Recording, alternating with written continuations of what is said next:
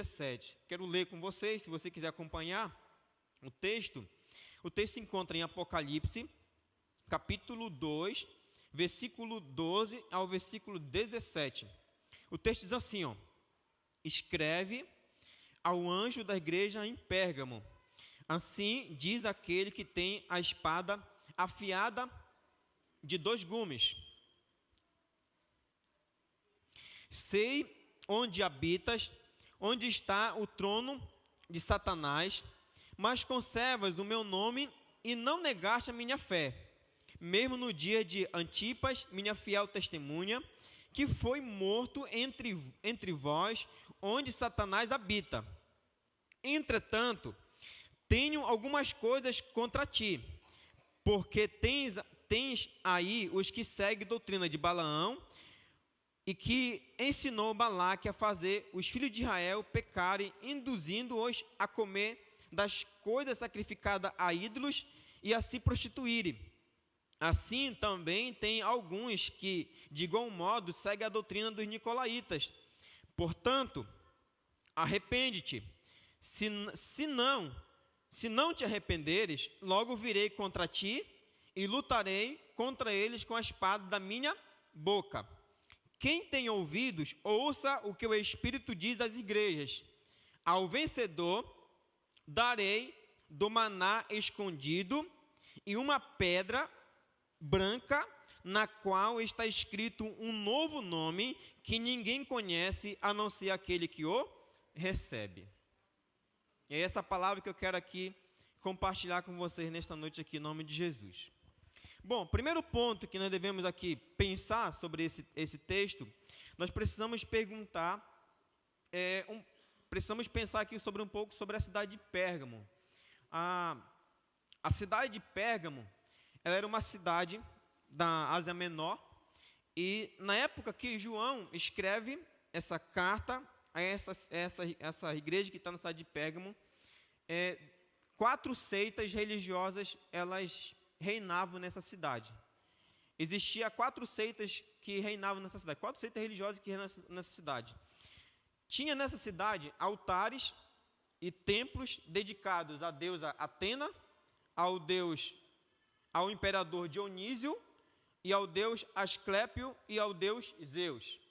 É importante a gente lembrar aqui que Asclépio, ele era, ainda hoje, considerado o deus da cura ou o deus da medicina. E ele é representado por uma cobra. Por isso que hoje na medicina existe uma cobra, né? Representando a parte da medicina. E também na cidade de Pérgamo existia um altar dedicado ao deus Zeus, onde eles queimavam sacrifícios 24 horas. Então, nessa cidade, ou seja, as seitas que dominam a parte religiosa dessa cidade são as seitas dedicadas, a religião dedicada a deus Atenas, ao imperador Dionísio, ao deus Asclépio e ao deus Zeus. Pastor, quando é que o evangelho chega na cidade de Pérgamo? O evangelho chega na cidade de Pérgamo quando Paulo ele prega, né? Isso está em Atos capítulo 19, quando Paulo ele vai para a cidade de Éfeso, e ele chega até a cidade de Pérgamo e ele planta uma igreja na cidade de Pérgamo. No surgimento dessa igreja, essa igreja é uma igreja fiel à palavra do Senhor.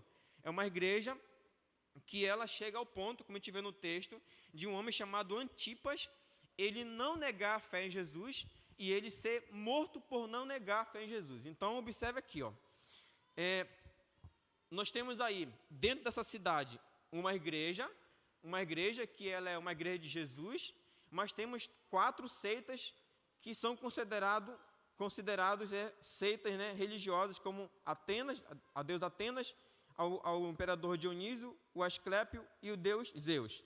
E temos pessoas dentro dessa igreja que são fiéis, nessa igreja de Jesus. Só que Jesus, ele conhecendo profundamente a sua igreja, ele vai escrever uma carta para essa igreja. Essas igrejas, irmãos, elas, quando João escreve a carta para essas igrejas elas têm uma faixa de 40 a 60 anos de fundação. Então, já é uma senhora, já é uma igreja que ela nasceu, cresceu, ela foi fiel ao Senhor, mas quando ela está chegando ao final ali da sua carreira, ela começa a ser infiel a Deus. Ela começa a ser infiel a Deus. E aí, Jesus, conhecendo essa igreja, ele vai escrever uma carta para essa igreja. Então, a segunda pergunta que nós fazemos aqui para o texto é como Jesus se apresenta para essa igreja. Eu acho interessante, porque a minha esposa, ela sempre se gaba disso, né? Ela diz que quando a gente namorou, eu escrevi a carta para ela, né? Na verdade, era verdade mesmo, eu escrevi a carta para ela, só que eu não assinava embaixo meu nome, né? Estava lá como anônimo. Mas toda vez que você escreve uma carta para alguém, você se apresenta primeiro, você diz quem você é. Não é isso que você faz quando você escreve uma carta para alguém?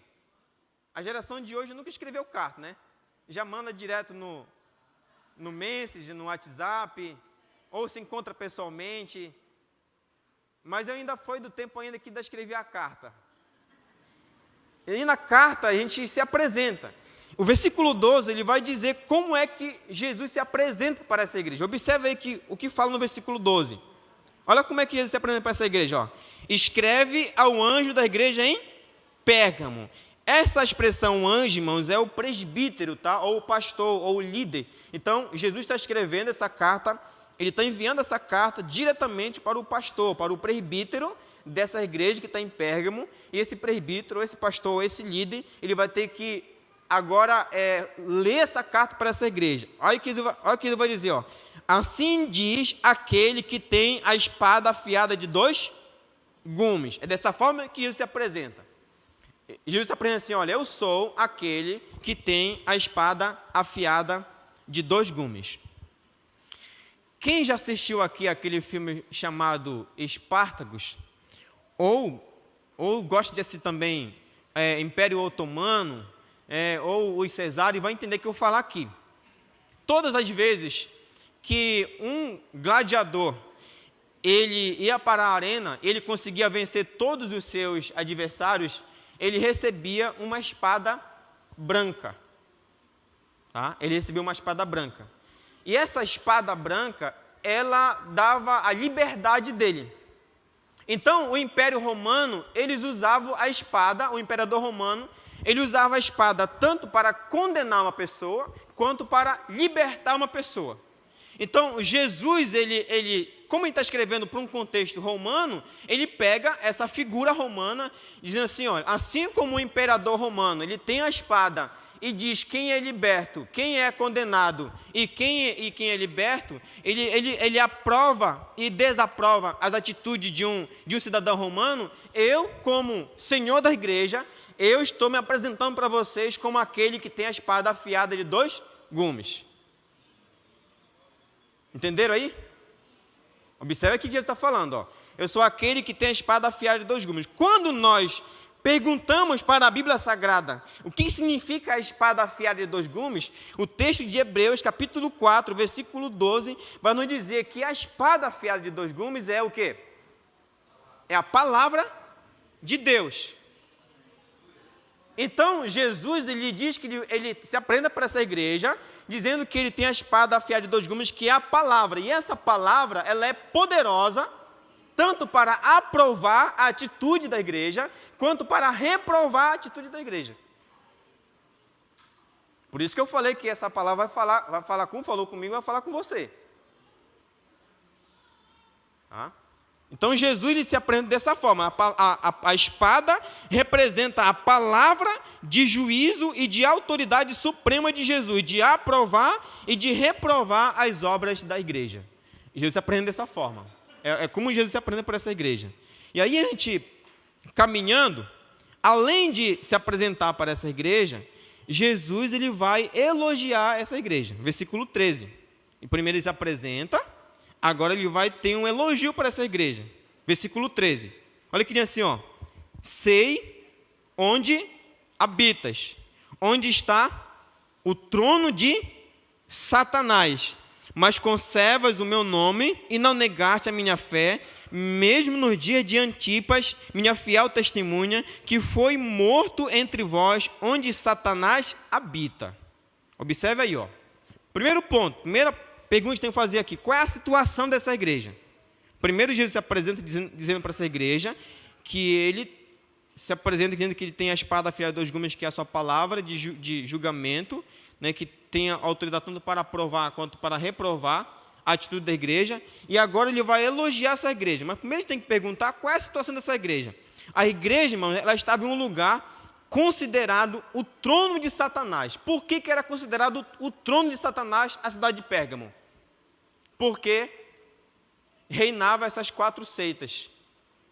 Essas 4 seitas, que era o culto ao deus Asclépio, o culto a Zeus, o culto a Dionísio e o culto a Atenas, eram cultos dedicados a Satanás.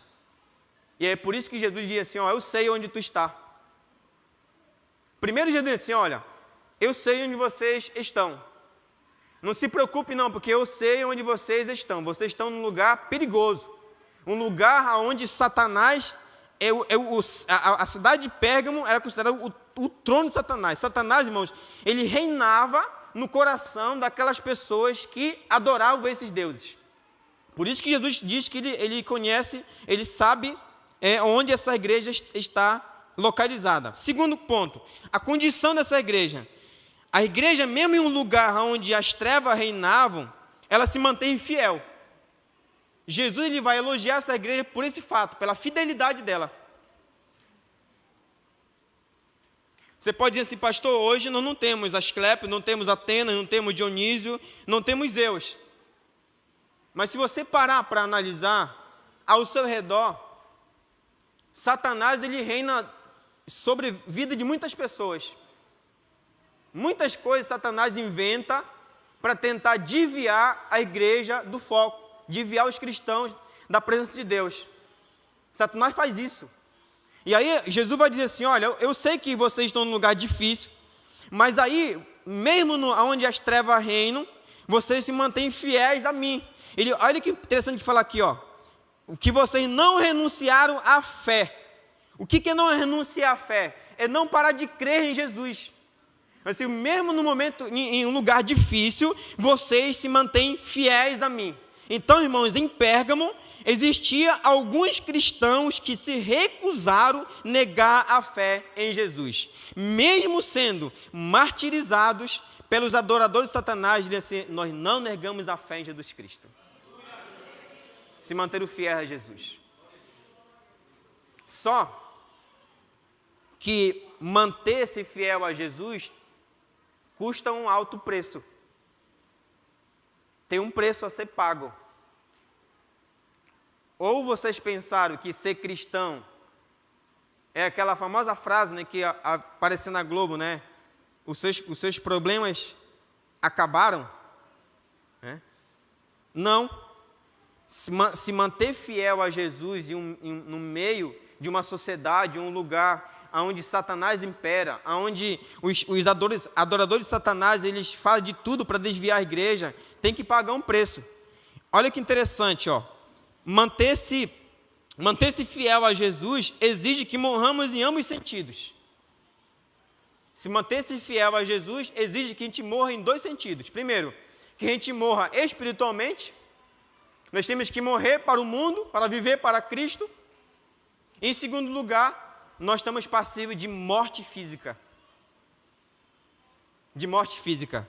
E um exemplo de morte física a gente tem aí. O texto vai dizer que tem um homem aí chamado Antipas.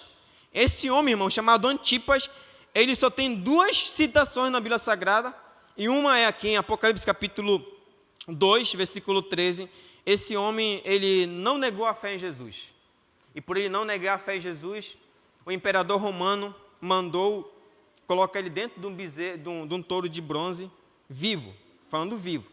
Vocês querem pesquisar isso, depois vão na internet, procuram lá bezerro de bronze da época romana.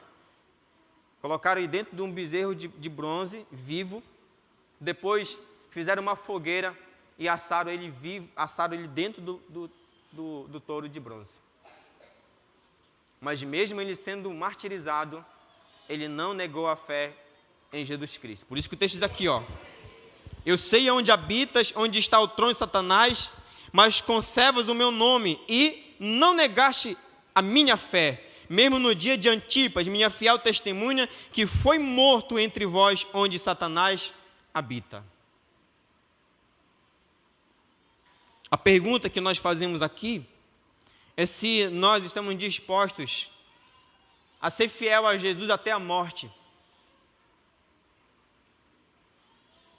Você está disposto a ser fiel a Jesus até a morte?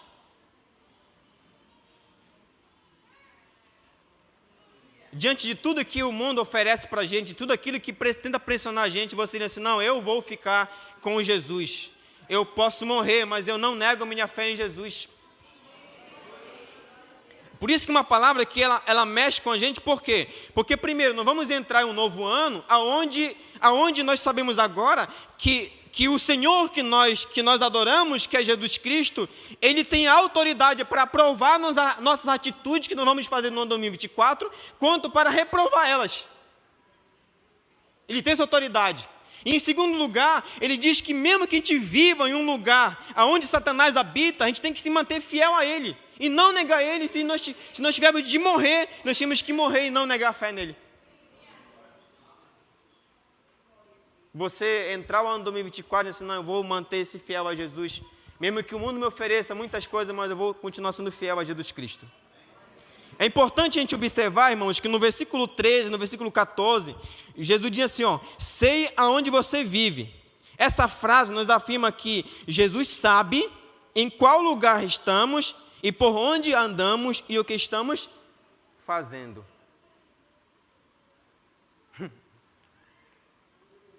Às vezes a gente pode se esconder do pastor, do presbítero, do diácono, do nosso pai, da nossa mãe. A gente pode se esconder da esposa, do marido, pode se esconder dos amigos, mas você não consegue se esconder do Senhor.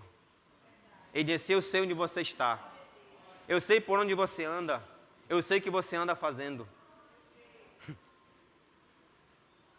Quando a gente pensa dessa forma, isso causa um temor dentro do nosso coração, de saber que nós não podemos se esconder da face do Senhor. Não podemos se esconder. E a gente sabe agora que Ele tem autoridade para reprovar se a gente fizer coisa errada e para aprovar se a gente fizer coisa certa. E a gente pensa outro ponto importante aqui, ou seja, Jesus está dizendo que tem, aí no versículo 14 diz assim, é outra afirmação, no entanto, tenho contra você algumas coisas, ou seja, Jesus está dizendo que tem servo fazendo o que não agrada a Ele. Jesus lhe elogia a fé dessa igreja, Ele está aprovando a perseverança dessa igreja, mas ao mesmo tempo, Ele reprova a fé de algumas pessoas que estavam aí praticando a doutrina dos nicolaítas e a doutrina de Balaão. Então vamos recapitular aqui, Jesus se apresenta para essa igreja como aquele que tem a espada afiada de 2 gumes, ou seja, aquele que tem a autoridade de aprovar e reprovar as nossas obras. Ele vai dizer também que ele sabe onde essa igreja habita, ela habita em um lugar onde Satanás reina, por causa do culto a esses deuses, mas mesmo nesse lugar hostil, de trevas, essa igreja se mantém fiel a ele, ao ponto de Antipas morrer e não negar a fé em Jesus. Então, bem aqui a gente tem crente fiel a Jesus. A gente tem crente fiel a Jesus. Tem crente fiel a Jesus dentro dessa igreja, mas tem crente infiel a Jesus dentro dessa igreja de Pérgamo. E é coisa ruim. Tá? É coisa ruim. Talvez Jesus agora, nesta noite aqui, já elogiou a fé de muita gente aqui. Mesmo assim, vocês, no ano 2023, vocês se manterem fiéis a mim, vocês não negaram a fé em mim. Mas talvez Jesus vai falar agora com alguém aqui, ou com outras pessoas aqui, assim, você estava na igreja, mas você andou fazendo coisa errada. Você andou praticando coisas que eu reprovo. O que Jesus reprova nessa igreja? Vamos no versículo 14 e o versículo 15. Olha o que diz aí, Entretanto, tenho algumas coisas contra ti. Tem aí os que seguem a doutrina de Balaão, que ensinou Balaque a fazer os filhos de Israel pecarem, induzindo-os a comer das coisas sacrificadas a ídolos e a se prostituírem. Assim também tem aí, de igual modo, os que seguem a doutrina dos nicolaítas. Olha que interessante aí, a doutrina dos nicolaítas, né? Olha que interessante. Jesus diz assim, tem aí pessoas que se apegaram aos ensinos de Balaão e aos nicolaítas. A pergunta que te faz aqui é que doutrina é essa, né? Que alguns cristãos da igreja de Pérgamo, eles estavam ensinando e praticando, isso aqui é importante, tá? Eles estavam ensinando e praticando a doutrina de Balaão e a doutrina dos nicolaítas. Irmãos, os dois pontos mais fortes da doutrina de Balaão e da doutrina dos nicolaítas era que eles ensinavam que era liberado comer comida sacrificada a ídolos e manter relação sexual com os sacerdotes e com as sacerdotisas nos templos. Olha que interessante aqui, ó. Isso vai fazer sentido lá no final, isso aqui. Eles ensinavam, eles diziam assim, olha, eles ensinavam, eles chegavam, a gente imagina o seguinte, eles chegavam com as pessoas dentro da igreja, com os irmãos que eram fiel a Jesus dentro da igreja, e falavam assim, olha, vamos lá no culto dedicado a Asclepio, vamos lá ao culto dedicado a Zeus, vamos lá ao culto dedicado ao imperador, vamos lá no culto dedicado a Atenas, vamos lá. Aí a pessoa diz, mas eu não posso ir. Ele fala assim, não tem nada a ver, vocês podem ir lá, de boa. A gente vai lá, a gente vai comer as comidas que eles têm lá sacrificadas aos ídolos, a gente vai lá participar do culto deles, e no final tem um negócio, uma orgia lá, que eles mantêm relação sexual com os sacerdotes e com as sacerdotisas. Você já pensou nisso? Você pode dizer assim, mas pastor, mas isso era coisa do mundo. Não, irmão, era coisa de gente dentro da igreja. Pessoas de dentro da igreja estavam indo participar de festas pagãs dedicado ao demônio. Tá? Dedicados ao demônio, que ele fala dizer que é onde Satanás habita, é o trono de Satanás em Pérgamo. Eles estão lá, vão lá, não tem nada a ver. Eles ensinavam e praticavam isso, e diziam para as pessoas ir fazer. Então, alguns cristãos de Pérgamo argumentavam, baseando nesses ensinos, que não tinha nenhum problema participar dos cultos e festas pagãs, comer os alimentos sacrificados a ídolos e se prostituir com os sacerdotes e sacerdotisas do templo. Os nicolaítas também eram libertinos, ensinavam que estavam debaixo da graça. Tem gente que fala isso. Eu estou debaixo da graça, então eu posso fazer aquilo que eu bem entendo da minha vida. Eles eram libertinos. Eles usaram a liberdade deles para a libertinagem. Ele disse assim, Jesus já me salvou, Jesus já me perdoou, então eu estou debaixo da graça, eu agora não tenho de obediência a ninguém, eu vou participar dessas coisas. Aí, é por isso que Jesus se apresenta dizendo que ele tem a espada afiada de 2 gumes. Ele fala assim, olha, eu tenho autoridade para aprovar isso que estão fazendo ou reprovar isso que estão fazendo. Eu tenho autoridade para isso. Os cristãos eram libertinos, né? Eles eram pessoas imorais. Eram pessoas imorais. Vamos entrar no ano de 2024. Já começa isso aqui, né? Janeiro já começa, né? Janeiro até o final, até pela segunda semana ali de fevereiro, né? Carnaval. E aí vão emendando as festas. E a gente sabe, isso aqui não é boato não, a gente sabe que tem cristão da igreja que participa de carnaval. Tem gente que se diz servo de Jesus que participa dessas festas. Né? E aí ainda tem algo mais ainda. Né? Se a gente pegar aqui e aplicar uma palavra mais específica para a igreja aqui, né? Assim como em Pérgamo havia cristãos libertinos, na igreja atual tem muitas pessoas que estão usando a liberdade da graça para saciar os desejos carnais. Para saciar os desejos carnais. Se você dizer assim, pastor, eu não me sinto tentado em fazer coisa errada, você está mentindo. Porque até eu, como pastor, eu sinto vontade de fazer coisa errada. Desejo de fazer coisa errada. Até eu me pego, às vezes, pecando. Porque nós somos falhos, somos carne e osso. A nossa natureza ela é caída. Você sabe uma coisa importante? Se nós ficarmos o dia inteiro ouvindo um louvor para cantar na igreja, a gente não chega aqui e não consegue cantar. Mas se o vizinho colocar uma batida, meia hora na casa dele, sem chegar aqui na igreja, a gente já está se pegando, cantando a batida lá da casa do vizinho.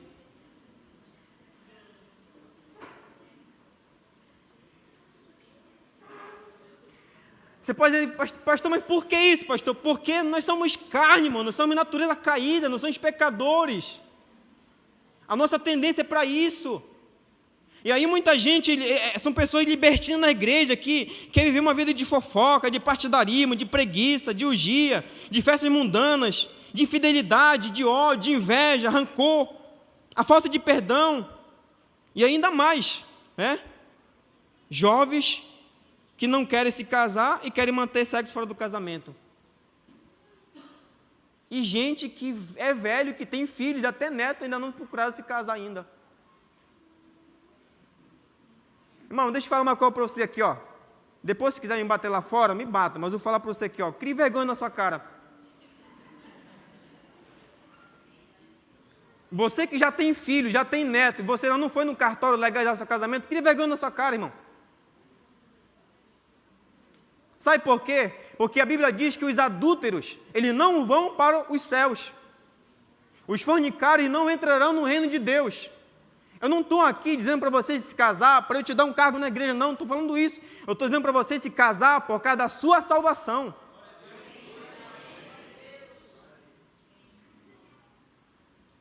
A gente pensa, irmãos, que às vezes a gente está bem com o Senhor, mas quando a gente passa a analisar a nossa vida segundo a palavra de Deus, a gente vê que nós estamos todos errados. Então, nós precisamos ser cristãos fiéis como Antipas, o qual defendeu e viveu a verdade. Precisamos abandonar a vida mundana, não mais nos envolvemos com festas de idolatria da cidade, onde rola a pornografia, a trapaça, as mentiras, bebida, cigarro e traição. Aqui é um ponto importante aqui, ó. Tem gente na igreja que diz assim, pastor, é porque a Bíblia diz que é pecado se embriagar e não beber, aí bebe.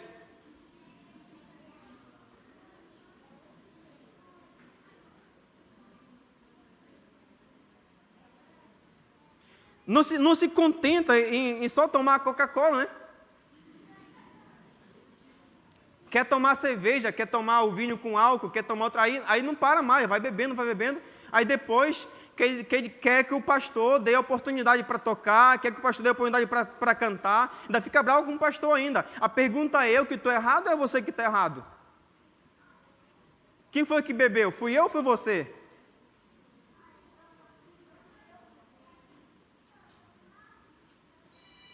Né? Então, nós precisamos, irmãos, como crentes em Jesus Cristo, nós precisamos terminar esse ano refletindo tudo aquilo que nós fizemos para trás de errado e olhar para frente e dizer assim, não, nesse ano, 2024, eu vou ser um cristão fiel ao Senhor, eu vou abandonar essas coisas que me afastam do Senhor. E outro ponto importante aqui, ó, se afaste das pessoas que levam você para longe de Deus. Essa doutrina dos nicolaítas e de Balaão, eles eram homens que afastavam as pessoas de Deus. Se você está caminhando com alguém que está levando você para longe do Senhor, cai fora. Quebra essa amizade com essa pessoa. Se aproxime de pessoas que vão trazer você para perto de Deus. Se aproxime de pessoas que vão falar de Deus para você, que vão ajudar você, que quando você estiver na pior, está lá com você. Porque as pessoas que nos levam para longe de Deus, quando nós estamos na pior, eles se afastam da gente.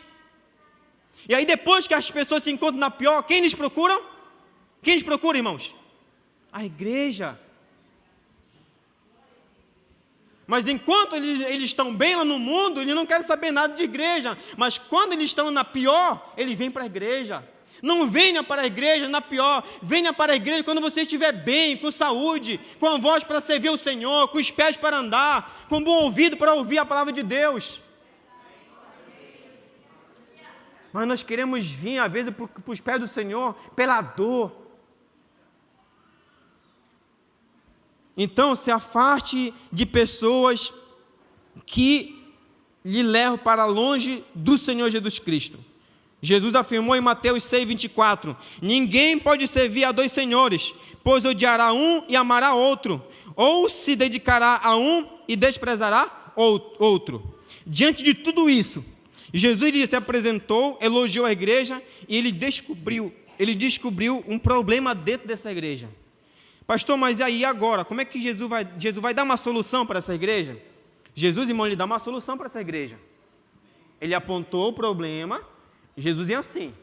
Jesus não é muitas vezes como nós somos diferentes. Nós vemos o problema da pessoa, nós apenas apontamos, mas nós não damos uma solução. Jesus não, Jesus é diferente. Jesus ele aponta, primeiramente ele diz quem ele é para você, depois ele elogia os pontos positivos que você tem, depois ele vai dizer assim, olha, mas você tem ponto bom, mas você tem ponto ruim. Então, para esses pontos ruins que você tem, eu vou te dar uma solução. E aí no versículo 16 vai dar uma solução para a igreja. O que está escrito no versículo 16? Portanto, arrepende-te. Se não te arrependeres, logo virei contra ti e lutarei contra eles, com a espada do quê? Da minha boca. Olha que interessante. Diante da infidelidade, Jesus apresenta uma solução. Primeiro ponto que Jesus apresenta para essa igreja. O que Jesus pede para essa igreja, irmão? Para esses irmãos que estão sendo infiéis a Ele. Arrepende-te. Arrepende-te. Arrepende-te, pois quando não em breve virei a ti e contra eles batalharei com a espada da minha boca. Jesus chama os cristãos a se arrependerem, a abandonar o estilo de vida que estavam levando, a se voltar para Ele. Além do arrependimento, os falsos mestres deveriam ser expulsos da igreja. Se a igreja não expulsasse esses falsos mestres, Jesus viria contra a igreja. Ele fala assim, primeiro eu quero que vocês se arrependam. E esse arrepender, irmãos, eu lembro de uma frase aqui, que é uma frase de um livro do presbítero Edson Pires, né? Ajuste sua rota. Se arrepender, você ajustar a sua rota. Se arrepender, você dar meia volta e voltar-se para Jesus. E abandonar a vida que você está levando e voltar-se para Jesus. Primeiro ponto que ele fala assim, você que está tudo errado, arrepende-te. Em segundo lugar, se você não parar de andar com essas pessoas que estão te levando para longe de mim, eu vou vir contra ti e contra eles. E eu lutarei contra a espada que sai da minha boca.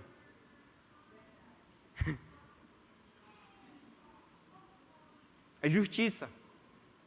Olha que Pedro fala para a gente, Pedro ele vai dizer assim, apóstolo Pedro ele vai dizer que, pois chegou a hora de começar o julgamento pela casa de Deus. E se começar primeiro conosco, qual será o fim? O fim daqueles que não obedecem o evangelho de Deus. O apóstolo Paulo reforça em 2 Coríntios capítulo 5, versículo 10. Todos nós devemos comparecer diante do tribunal de Cristo. Em Gálatas capítulo 6, versículo 5 diz, portanto, cada um deve levar o seu próprio fardo. Colhemos aquilo que semeamos. Colhemos aquilo que semeamos.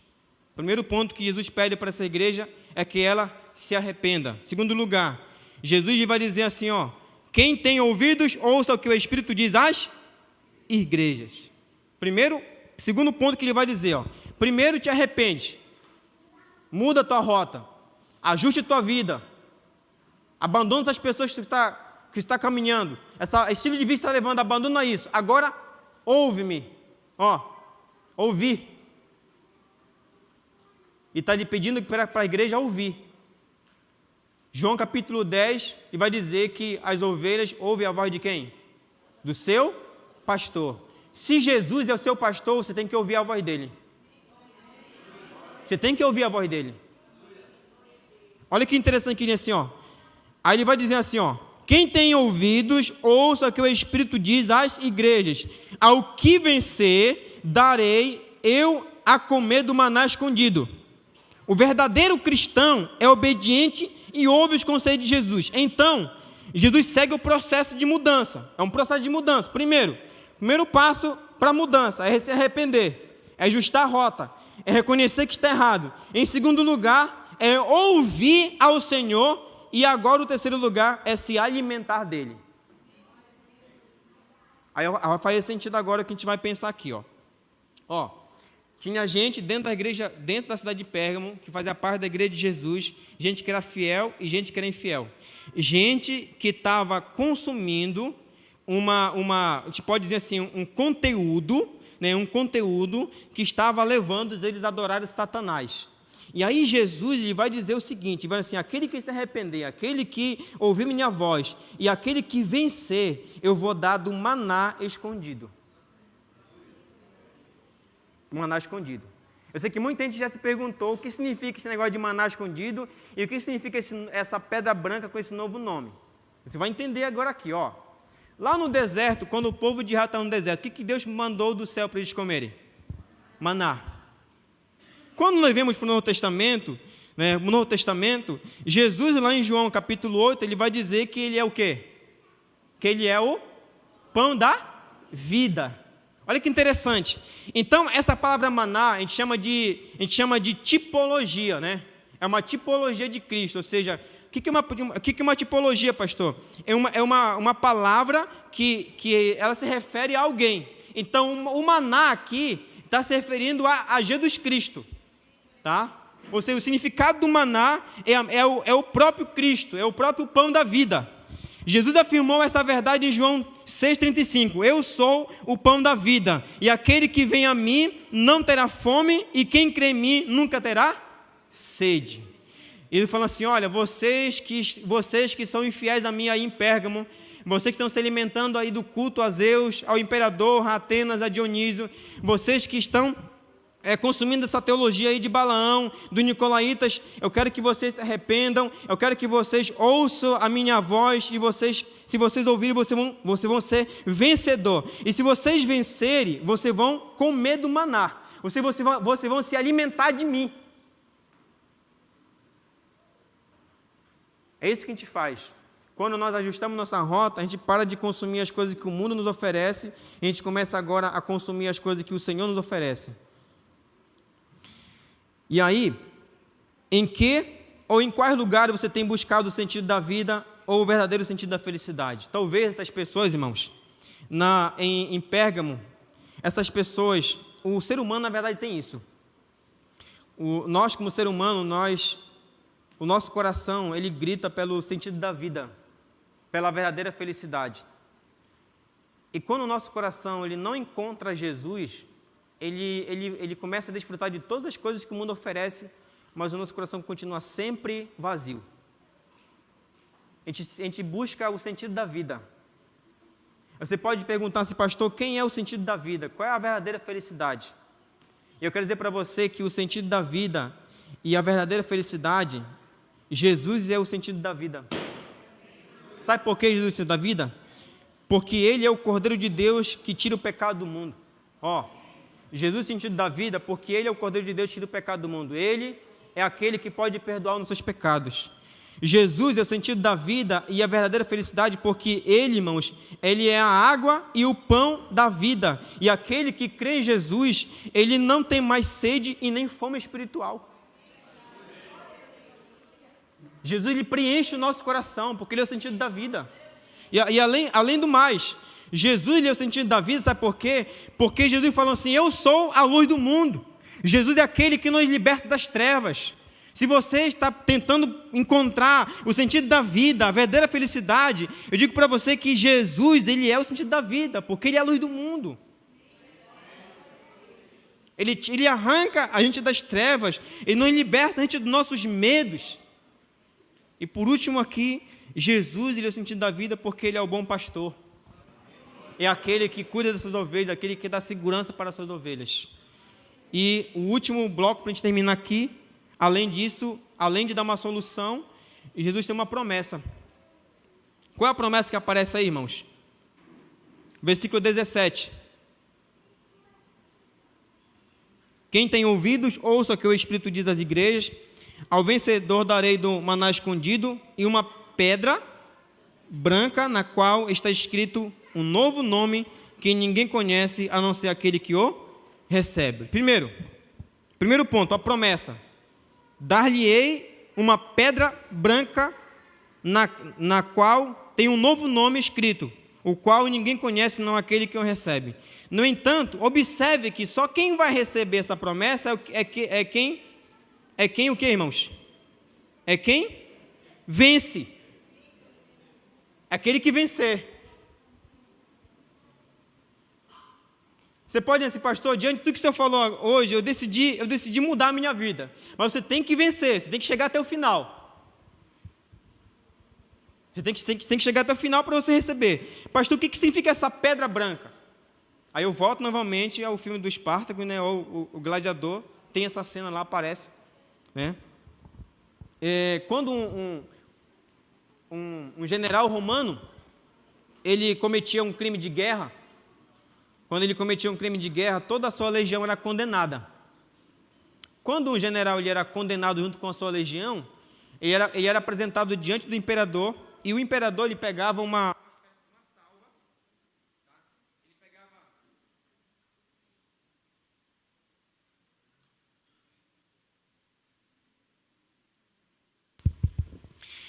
ele pegava uma espécie de uma salva, e ele colocava dentro dessa salva, ele colocava pedras negras e pedras brancas.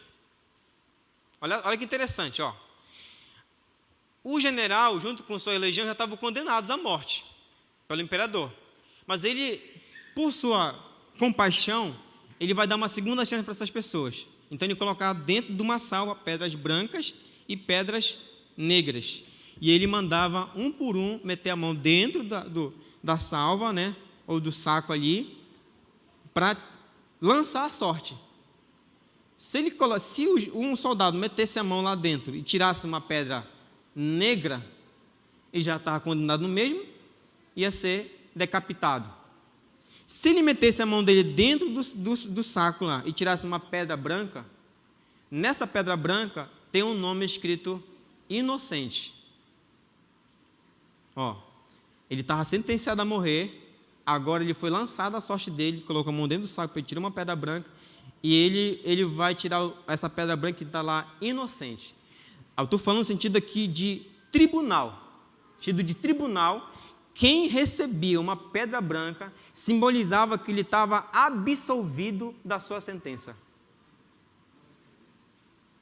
Isso aqui é interessante, ó. Estava absolvido dessa sentença. Um dia, irmãos, nós estávamos sentenciados. No tribunal de Deus, nós estávamos sentenciados à morte. Jesus veio dos altos céus, morreu na cruz, nós cremos nele e aí os nossos pecados lhe foram perdoados. De filhos da ira, nós passamos a ser filhos de Deus. De cidadãos do mundo, passamos a ser cidadãos dos céus. De réus, passamos a ser inocentes. Tribunal. Agora nós vamos no sentido de competição. Gladiador. Quando o gladiador vencia todos os seus combatentes, ele recebia, aqui num caso não era uma pedra branca, ele recebia uma espada branca, no sentido de que ele estava liberto e que ele era vitorioso. Ele era vitorioso. No sentido de hospitalidade, quando uma pessoa chegasse na casa de uma pessoa romana, o romano, o anfitrião da casa, se ele gostasse tanto de você, se ele quisesse que você ficasse na casa dele, quando você chegar na casa dele, ele te dava uma pedra branca, dizendo assim, você é bem-vindo à minha casa. Isso faz sentido para a gente, sabe por quê? Porque Jesus está afirmando que todo aquele que se arrepende dos seus pecados e que vence, ou seja, aquele que persevera até o fim, ele é absolvido dos seus pecados, ele é inocentado. E aquele que é inocentado, aquele que é perdoado os seus pecados, ele é chamado de quê, irmãos? De vitorioso. Nós somos vitoriosos porque nós cremos em Jesus Cristo. E além do mais, nós somos bem recebidos no reino de Deus. Nós somos bem recebidos no reino de Deus. Então, e aí, o que é esse novo nome? Esse novo nome é o sentido do nosso caráter, da nossa nova cidadania, do nosso novo ser agora um cidadão do reino dos céus. Por quê? Porque o nome lhe fala muito. Por exemplo, quando você chega com uma pessoa, por exemplo, uma criança, você não pergunta assim, qual é o nome dela? Você pergunta assim, quem é teu pai? É isso que você pergunta? Ou quando uma criança ela faz uma besteira, ou a gente que era moleque, né, que veio no interior, que fugia de casa, né, às vezes para jogar bola, né, aí perguntava assim, o fulano fez tal coisa lá. Aí não diziam assim, foi o Alipe que fez, não, falavam assim, o filho do Jonas. É o nome. Entendeu? O nome. Então esse novo nome ele tem a ver com o nosso caráter. E tem a ver agora com a nossa nova cidadania. Então, ou seja, Jesus dizendo assim, olha, vocês que se arrependeram, vocês que mudaram de vida, vocês que venceram, vocês agora são inocentados, vocês são vitoriosos e vocês são bem recebidos no reino do meu Pai. Então hoje, irmãos, nós aprendemos um pouco sobre de quem é Jesus. Jesus é aquele que tem a palavra, que tem poder para aprovar e para reprovar o nosso estilo de vida. Lembre-se disso. Todas as vezes que você tentar ou se pegar fazendo algo errado, lembre-se que Jesus tem autoridade para aprovar e reprovar aquilo que você faz. Em segundo lugar, Deus, Ele elogia quando nós se mantemos fiéis a Ele, mas também Ele nos repreende quando nós levamos uma vida libertina. Em quarto lugar, Deus, pelo fato de nos amar, Ele nos apresenta uma solução para a gente vir se arrepender. E quando nós se arrependemos, nós recebemos promessas eternas. Recebemos promessas eternas. Amém? Que essa palavra abençoe a sua vida nesta noite em nome de Jesus. Amém.